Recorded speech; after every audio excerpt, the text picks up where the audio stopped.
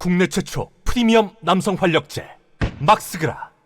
라인이란 메신저를 일본에 넘기게 됐어요. 적대국 대하듯 일본이 한국의 IT 기업 네이버의 라인 지분 팔고 떠나라. 일본 정부에서 네이버 라인 지분 매각 압박을 저번 달부터 했었죠. 9,600만 명이 쓰는 일본의 국민 메신저예요. 일본은 라인이야 무조건. 라인 시대네. 라인 해. 우리는 카톡 해 하면서 빠이빠이 하잖아요. 일본 젊은 애들은 라인 해. 그게 인사예요. 얘네들 완전 국민 메신저입니다. 전 국민이 다 쓰기 때문에 스마트폰 가진 사람 다 쓰니까 이걸로 코로나 때 백신이다 뭐다 카카오톡 활용하듯이 일본 정부에서 쓰기도 했었어요. 작년에 서버 해킹 사태 이후로 그건 그냥 명분 잡기, 꼬투리 잡기고 그냥 일본이 갖고 싶은 거예요. 요거 하나 지키지 못하고 뺏기게 생겼는데 뺏기는 거는 거의 기정사실입니다. 요게 돈벌이 되게 잘 할 수 있는 건데 일본을 우리 한국 기업이 장악할 수 있는 큰 베이스를 까는 건데 이거 라인은. 아휴, 이 모지리 정권이 친일 정권이니까 일본 제국한테 넘겨야죠.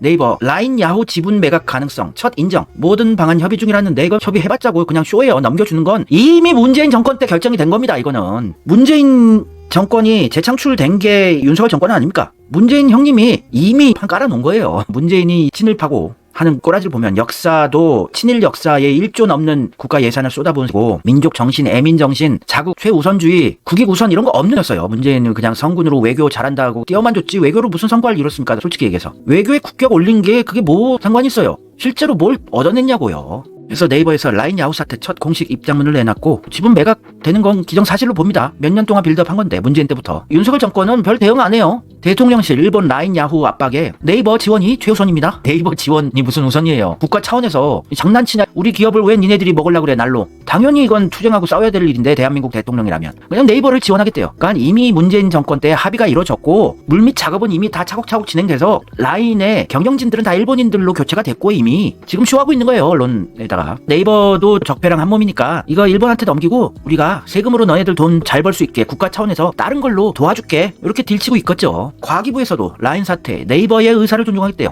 아니 네이버의 의사는 뺏기기 싫죠. 이걸로 할 수 있는 게 정말 엄청 많은데 우리나라에서 카카오톡 하나로 대리운전, 택시, 별의별 거 끝도 없이 하잖아요. 선물도 하고 서로 선물 보내기, 은행도 하고 카카오로. 이게 카카오보다 더 돈 많이 벌 수 있는 건데 네이버는 이거 갖고 세계 글로벌하게 돈벌이 하고 싶죠. 근데 무슨 네이버의 의사를 존중한다고. 우리나라 기업 하나 못 지키고 팔아먹은 문재인과 윤석열 쓰레기 정권이죠. 빨리 갈아엎어야 됩니다. 라인이라는 업체는 일본에서 당연히 다 쓰는 거예요. 누구나. 라인 교환하자, 알려줘. 요거는 인사말이에요 거의. 2014년에 이미 400 million 4억 명이 가입했어요. 10년 전에 이미 4억 명 전 세계에서 가입을 한 우리나라에서 가장 글로벌하게 키울 수 있는 유일한 기업이었는데 라인이. 그 플랫폼 자체를 장악한다는 거는 글로벌 경영으로 꿀빨 사업이 드글드글 있는 건데 요거를 넘겼어요. 일본에서 2014년에 5천만 명, 인도네시아 2천만, 대만도 친일 국가니까 거의 다 라인 써요. 한국에 1,000만, 미국에 1,000만, 태국에 2,400만, 인도에 1,800만, 스페인 1,600만, 말레이시아 1,000만, 멕시코 1,000만. 10년 전에 4억 명이었으면 지금은 훨씬 많겠죠. 지금 제가 자료를 빨리 못 찾았는데 이렇게 글로벌하게 성장하고 있는 라인을 어떻게 일본한테 낼름 넘길 수가 있나. 맨입에 넘기겠어요? 윤석열 정권 문재인 찰지게 뒷돈을 받아 처먹었겠죠. 일본에서는 라인을 제일 많이 써요. 인터넷 중에서. 주요 SNS 월간 액티브 유저 수. 일본 라인이 9,500만 명 월간 액티브 유저 수로 압도적으로 1등이에요. 유튜브 보는 사람보다 라인 쓰는 사람이 훨씬 많은 거죠. 국민 메신저니까. 그 다음에 트위터, 인스타그램, 페이스북, 틱톡. 우리나라가 글로벌한 IT 기업이 없어요. 유일하게 라인 정도는 글로벌하게 키울 수 있는 거였는데 이걸 가지고 이 플랫폼을 바탕으로 글로벌 경영을 확대시켜 나가고 돈벌이 할 게 진짜 무궁무진한데 이걸 넘겨버렸다는 거는 문재인 윤석열은 매국노예요. 진짜 친일파 매국노입니다. 국익을 최우선으로 해야 되는데 보수 정권이라면 문재인도 지가 보수 대통령이다. 윤석열도 지가 보수라고 하면서.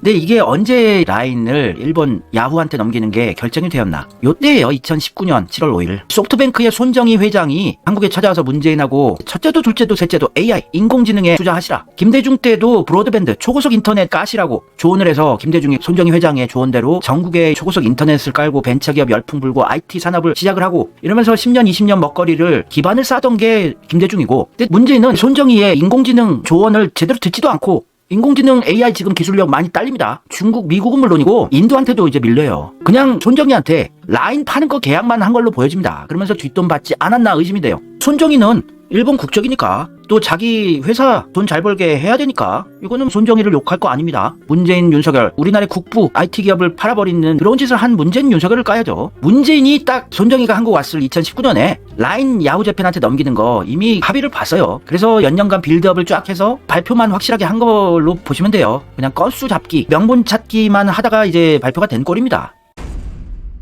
조선일보 2019년 11월 18일 기사입니다. 문재인, 손정의 만남이 야후재팬, 네이버 라인 통합의 결정적 계기가 되었다. 야후재팬과 라인의 통합의 열쇠는 문재인 대통령과 손정희 소프트뱅크 사장의 회담에 있었다. 손정희는 AI 이거 투자하시라고 그렇게 열심히 얘기했지만 문재인은 듣지도 않고 그냥 라인 요거 어떻게 일본한테 넘기나 한 것 같아요. 일본 언론에서 두 회사의 통합 배경에는 문재인과 손정희의 만남이 결정적이었다는 분석이 나왔다. 슈칸본슌, 주간문춘에서 소프트뱅크의 실적 악화를 타개하기 위해 손정희 회장이 라인 인수를 노리고 있었는데 라인은 진짜 확장성이 무한대로 돈벌이 잘할 수 있는 플랫폼이에요. 4억 명, 지금 5억, 6억? 엄청나게 이용자 수가 많이 늘어난 건데 결정적으로 이를 도운 것은 문재인과의 회담이다. 그래서 네이버도 넘기고 찰지게 돈 받아서 챙기면 되는 거예요. 국익보다는 자신들의 이익이 또 중요할 수도 있고 하여튼 문재인이 원흉이에요. 뺏기게 된 시작점은 문재인이었다. 그래도 좀 자부심 느꼈는데 일본 사람들이 한국 메신저를 전 국민이 다 쓰는 것에 대해서 약 10억 명 엄청나네. 우리나라 IT 기업 그 어떤 기업도 이용자 수 많이 확보하기 힘들어요. 라인 하나 가지고 확장성을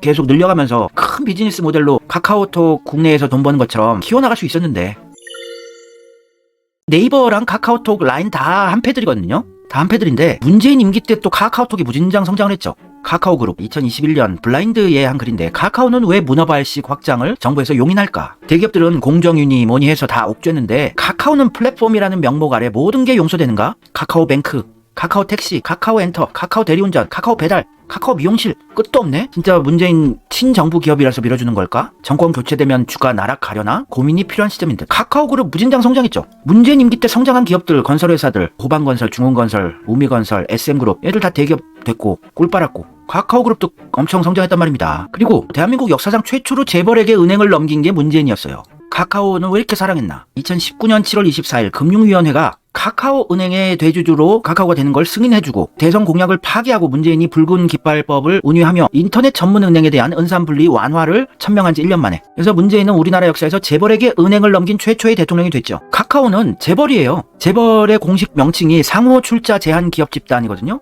카카오는 빼박 재벌그룹입니다. 재벌그룹한테 은행 넘겼죠. 그래서 뭔가가 있을 거예요. 제가 취재를 할 수 있는 기자 입장이 아니라서 과거 뉴스 기사 정도로 유추만 해볼 뿐이지 카카오그룹은 문재인 임기 5년간 무진장 성장해서 재벌이 됐고 은행까지 차지하게 됐어요. 그게 맨입에 해줬을까요? 그냥 카카오가 좋아서? 그냥 인터넷 시대니까 인터넷 은행도 생겨야 되지 않겠나? 맨입에는 안 해줍니다. 정치인들이. 다 로비 자금이 엄청나게 찰지게 들어갔겠지요. 많이 보이지 않아요?